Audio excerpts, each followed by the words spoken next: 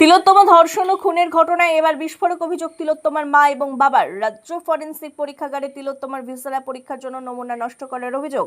প্রাক্তন এক ফরেন্সিক আধিকারিক তিলোত্তমার বাবাকে চিঠি দিয়ে জানিয়েছেন এই তথ্য। তিলোত্তমার বাবার দাবি, রাজ্য ফরেন্সিক বিভাগের 3 আধিকারিক তিলোত্তমার ভিসেরা স্যাম্পল নষ্ট করেছেন বলে উল্লেখ করা হয়েছে এই চিঠিতে। প্রাক্তন মুখ্যমন্ত্রীর নির্দেশে ভিসেরা নমুনা নষ্ট করা হয়েছে বলে চাঞ্চল্যকর অভিযোগ। এটা জানি না, এটা একজন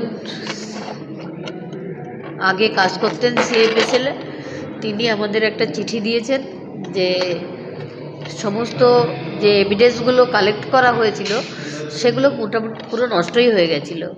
এই যে বারবার সিবিআই বলছে ডিএনএ কন্টামিনেটেড মানে সেখানে ইনভালি পাথর কিছু নেই, সেখানে মানুষেরই ডিএনএ আছে এবং একজন মহিলাও ডিএনএ ওখানে উপস্থিতি আছে, এটা সিবিআই স্বীকার করেছে। কিন্তু সেই মহিলা যে কে সেটা এখনও সিবিআই তদন্ত করে উঠতে পারেনি।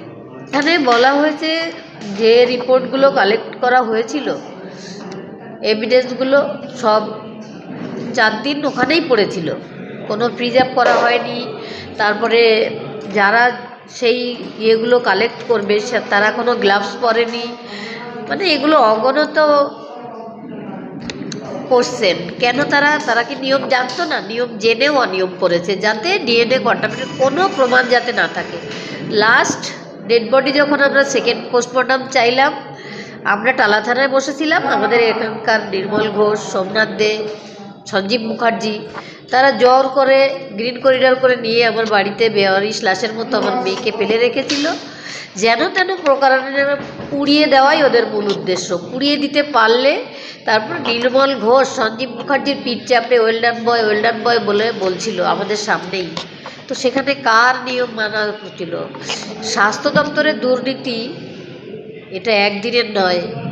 সন্দীপ ঘোষের বিরুদ্ধে যদি আমাদের প্রাক্তন মুখ্যমন্ত্রী বা তথা স্বাস্থ্যমন্ত্রী তখন নিতেন, যখন তার বিরুদ্ধে মামলা দায়ের করা হয়েছিল, তখন উনি ওনাকে প্রশ্রয় দিয়েছেন।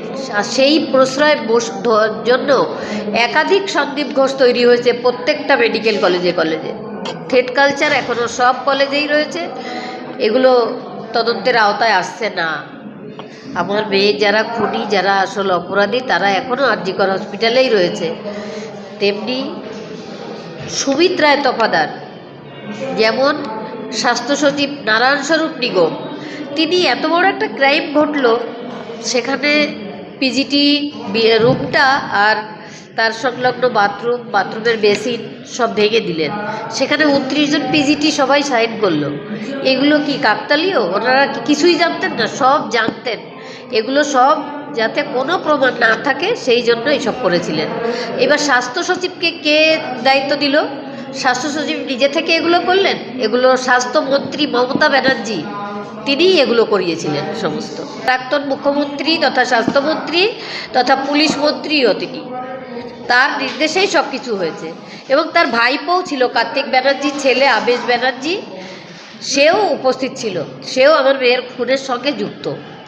যখন যে আইও ছিল তখন সীমা পাহুজাকে চিঠিটার সঙ্গে সঙ্গে পাঠাই, কিন্তু কোনোরকম তার প্রতিক্রিয়া না দেখতে পেয়ে যিনি আমাদের এই ইনফরমেশান দিয়েছিলেন তিনি পুনরায় স্পিড পোস্টে আমাদের কাছে আরেকটা চিঠি পাঠান। 7-8 দিনের মধ্যেই চিঠিটা চলে আসে এবং সেখানে পশ্চিমবঙ্গের প্রাক্তন মুখ্যমন্ত্রী এবং তৃণমূল কংগ্রেসের নির্দেশে যে এই সিএফএসএল মানে বেলেঘাটা সিএফএসএল তারা যে তথ্য প্রমাণ লোপাট করার জন্যে স্যাম্পেল সে ট্যাম্পারিং করেছে, সেই কথাটা তিনি উল্লেখ করেন এবং কারা কারা করেছে সেই নামগুলোও বলেছেন, কিন্তু সেই নামগুলো আমরা বলবো না বিচারের খাতিরে। আর যিনি চিঠি পাঠিয়েছেন তার সেই নামটাও প্রকাশ্যে আনা সম্ভব নয়, কারণ তারও নিরাপত্তার একটা বিষয় আছে। তবে এই প্রসঙ্গে একটা কথা বলে রাখি, কিছু কিছু আমাদের শুভধ্যায়ীরা আমরা আজকে ব্যাপারটা নিয়ে পুট আপ দেওয়ার আগেই সোশ্যাল মিডিয়ায়, মানে আমাদের খুব কাছের লোক সোশ্যাল মিডিয়ায় সেটাকে পোস্ট করেছে। সেগুলো আমাদের সত্যি দুঃখের বিষয়। যারা আমাদের কাছের লোক এবং বিভিন্ন মিডিয়ায় তারা অভয় আন্দোলন করছেন এবং পরিবারের কাছের লোক বলে দাবি করে এই বিচার পেতে যারা আমাদের মানে বলতে গেলে ডিস্টার্বই করছে, তাদের আমি রিকোয়েস্ট করব তারা যেন এরকম না করেন। করলে আমাদের অসুবিধা হচ্ছে, কারণ আমাদের যে কেসের ইনফরমেশানটা আগেই যদি বাইরে চলে যায়, আগে যদি আমাদের যারা অপরাধী তাদের সতর্ক করে দেওয়া হয়, তাহলে তো আমাদের সেই বিচার পেতে আরও দেরি হবে।